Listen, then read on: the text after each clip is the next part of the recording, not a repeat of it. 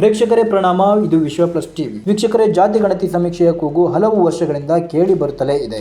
ಈ ವಿಚಾರವಾಗಿ ಪರ ವಿರೋಧಗಳು ಸಹ ಕೇಳಿ ಬಂದಿವೆ. ಈಗ ಈ ಜಾತಿ ಗಣತಿಯ ವರದಿ ಅನುಮೋದಿಸಲು ರಾಜ್ಯ ಸರ್ಕಾರ ಮುಂದಾಗಿದೆ. ಈ ಜಾತಿ ಗಣತಿಯ ಬಗ್ಗೆ ಸಂಪೂರ್ಣವಾಗಿ ತಿಳಿಸ್ಕೊಡ್ತೇವೆ. ಅದಕ್ಕೂ ಮುಂಚೆ ನೀವೇನಾದರೂ ನಮ್ಮ ಚಾನೆಲ್ನ ಮೊದಲ ಬಾರಿಗೆ ವೀಕ್ಷಣೆ ಮಾಡ್ತಾ ಇದ್ರೆ ಈಗಲೇ ಸಬ್ಸ್ಕ್ರೈಬ್ ಮಾಡಿಕೊಂಡು ಪಕ್ಕದಲ್ಲಿರುವ ಬೆಲ್ ಐಕಾನ್ ಒತ್ತುವ ಮೂಲಕ ನಾವು ಹಾಕುವ ಪ್ರತಿಯೊಂದು ವಿಡಿಯೋವನ್ನು ವೀಕ್ಷಿಸಿ, ಹಾಗೆ ಸಪೋರ್ಟ್ ಮಾಡಿ. ಜಾತಿ ಗಣತಿ ಮಾಡಬೇಕು ಎಂಬ ಕೂಗು ಕೇಳಿ ಬಂದಿದ್ದು ಸುಮಾರು 10 ವರ್ಷಗಳ ಹಿಂದೆ. ಆಗ ಇದರ ಪರ ವಿರೋಧದ ಚರ್ಚೆಗಳಿಗೆ ಕಾರಣವಾಗಿತ್ತು. 2014ರಲ್ಲಿ ರಾಜ್ಯದ ಮುಖ್ಯಮಂತ್ರಿ ಆಗಿದ್ದ ಸಿದ್ದರಾಮಯ್ಯ ಸರ್ಕಾರ ಜಾತಿ ಗಣತಿ ನಡೆಸುವುದಕ್ಕೆ ಆಯೋಗವನ್ನು ರಚಿಸಿತ್ತು. ಈ ಆಯೋಗಕ್ಕೆ ಶಾಶ್ವತ ಹಿಂದುಳಿದ ವರ್ಗಗಳ ಆಯೋಗದ ಅಧ್ಯಕ್ಷ ಎಚ್ ಕಾಂತರಾಜು ಅವರನ್ನ ಸಿದ್ದರಾಮಯ್ಯ ನೇಮಕ ಮಾಡಿದ್ರು. ಸುಮಾರು 10 ವರ್ಷಗಳ ಬಳಿಕ 2023ರಲ್ಲಿ ಜಾತಿ ಗಣತಿಯ ಪೂರ್ಣ ವರದಿಯನ್ನ ಹಿಂದುಳಿದ ವರ್ಗಗಳ ಆಯೋಗದ ಹೊಸ ಅಧ್ಯಕ್ಷರಾಗಿದ್ದ ಜಯಪ್ರಕಾಶ್ ಹೆಗಡೆ ಸರ್ಕಾರದ ಮುಖ್ಯಸ್ಥರಾದ ಮುಖ್ಯಮಂತ್ರಿಗಳಿಗೆ ಸಲ್ಲಿಕೆಯನ್ನ ಮಾಡಿದ್ರು. ವರದಿಯನ್ನ ಸಲ್ಲಿಕೆ ಮಾಡಿದ ಬೆನ್ನಲ್ಲೇ ವೀರಶೈವ, ಲಿಂಗಾಯತ ಹಾಗೂ ಒಕ್ಕಲಿಗ ಸಮುದಾಯದವರು ವಿರೋಧವನ್ನ ವ್ಯಕ್ತಪಡಿಸಿದ್ವು. ವಿರೋಧ ವ್ಯಕ್ತಪಡಿಸಲು ನೀಡಿದ ಕಾರಣಗಳು: ಜಾತಿ ಗಣತಿಯ ವರದಿ ಅವೈಜ್ಞಾನಿಕವಾಗಿದೆ, ಪ್ರತಿ ಮನೆ ಬಾಗಿಲಿಗೆ ಹೋಗಿ ಸಮೀಕ್ಷೆ ನಡೆಸಿಲ್ಲ, ಮೂಲ ವರದಿಯ ಪ್ರತಿ ನಾಪತ್ತೆಯಾಗಿದೆ ಎಂದು ಆರೋಪ ಮಾಡಿದರು. ಜೊತೆಗೆ ಮೂಲ ವರದಿಯಲ್ಲಿ ಆಯೋಗದ ಅಧ್ಯಕ್ಷರು ಹಾಗೂ ಸದಸ್ಯರ ಸಹಿ ಇಲ್ಲ ಎಂಬ ಆರೋಪಗಳು ಇವೆ.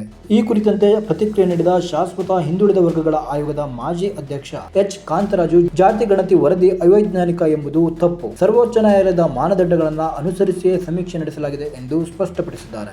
ಸಿಎಂ ಸಿದ್ದರಾಮಯ್ಯ ವರದಿ ಜಾರಿಗೆ ತರಲು ಮುಂದಾದಾಗ ಸ್ವಪಕ್ಷೀಯರು, ಶಾಸಕರೇ ಆಕ್ಷೇಪವನ್ನು ವ್ಯಕ್ತಪಡಿಸಿದರು. ಮಾಜಿ ಸಂಸದ ಡಿಕೆ ಸುರೇಶ್, ಈ ವಿಚಾರದಲ್ಲಿ ಆತುರದ ನಿರ್ಧಾರ ಬೇಡ, ಕೇಂದ್ರ ಜಾತಿ ಗಣತಿಯನ್ನು ನಡೆಸಲು ಮುಂದಾಗಿದೆ, ಆ ಸಮೀಕ್ಷೆ ಆಧಾರದ ಮೇಲೆ ಮುಂದುವರಿಯುವುದು ಉತ್ತಮ ಎಂದು ಸರ್ಕಾರಕ್ಕೆ ಸಲಹೆ ಕೂಡ ನೀಡಿದರು. ಇದಾದ ನಂತರ 2024ರ ಅಕ್ಟೋಬರ್ನಲ್ಲಿ ವಿಧಾನ ಪರಿಷತ್ ಬಿಜೆಪಿ ಸದಸ್ಯ ಎನ್ ರವಿಕುಮಾರ್, ಕಾಂಗ್ರೆಸ್ನ ಬಿಕೆ ಹರಿಪ್ರಸಾದ್ ಸೇರಿದಂತೆ ಹಿಂದುಳಿದ ವರ್ಗಗಳ ಸಚಿವರು ಹಾಗೂ ಶಾಸಕರು ಮುಖ್ಯಮಂತ್ರಿಯನ್ನ ಭೇಟಿ ಮಾಡಿ ವರದಿ ಅನುಷ್ಠಾನಕ್ಕೆ ಮನವಿ ಮಾಡಿದರು. ಈ ವೇಳೆ ಅಕ್ಟೋಬರ್ 18ರಂದು ವರದಿ ಮಂಡಿಸುವುದಾಗಿ ಹೇಳಿದರು. ಇದಾದ ನಂತರ ಉಪಚುನಾವಣೆಗಳ ನೀತಿ ಸಂಹಿತೆ ಜಾರಿಯಲ್ಲಿ ಇದ್ದುದರಿಂದ ಜಾತಿ ಗಣತಿ ವರದಿ ಮಂಡನೆಯಾಗಲಿಲ್ಲ. ಇದೀಗ ಮುಖ್ಯಮಂತ್ರಿ ಕಚೇರಿ ಖಚಿತ ಮೂಲಗಳ ಪ್ರಕಾರ ಮುಂದಿನ ಸಚಿವ ಸಂಪುಟದಲ್ಲಿ ಅಂದ್ರೆ ನಾಳೆ ಗುರುವಾರ ವರದಿಯ ಮಂಡನೆಯಾಗಲಿದೆ. ಈ ವರದಿಯ ಎಲ್ಲ ಅಂಶಗಳನ್ನು ಚರ್ಚಿಸಿ ಮುಂದಿನ ನಿರ್ಧಾರವನ್ನ ಸರ್ಕಾರ ಕೈಗೊಳ್ಳುವ ಸಾಧ್ಯತೆಗಳಿವೆ.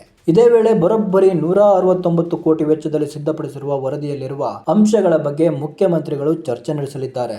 ಜಾತಿ ಗಣತಿ ವರದಿ ಅನುಷ್ಠಾನದ ಬಗ್ಗೆ ಮಾತನಾಡಿರುವ ಸಿದ್ದರಾಮಯ್ಯ, ತಾನು ಜಾತಿ ಗಣತಿಯ ಪರವಾಗಿದ್ದೇನೆ, ಕಾಂತರಾಜು ಮತ್ತು ಹೆಗಡೆ ಆಯೋಗದ ವರದಿಯ ಪರವಾಗಿದ್ದೇನೆ. ಸಂಪುಟ ಸಭೆಯಲ್ಲಿ ಚರ್ಚಿಸಿ ಅದಕ್ಕೆ ಒಪ್ಪಿಗೆ ಪಡೆದು ಅನುಷ್ಠಾನಕ್ಕೆ ತರುವ ಉದ್ದೇಶವಿದೆ. ಒಳ ಮೀಸಲಾತಿ ನೀಡುವಂತೆ ಸುಪ್ರೀಂ ಕೋರ್ಟ್ ಹೇಳಿದೆ.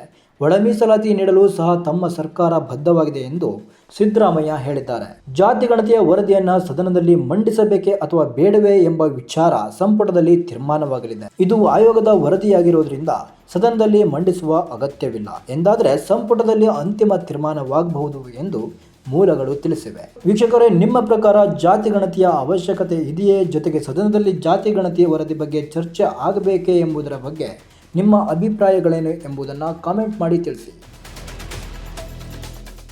ನಮಸ್ಕಾರ. ಇದು ವಿಶ್ವ ಪ್ಲಸ್ ಟಿವಿ.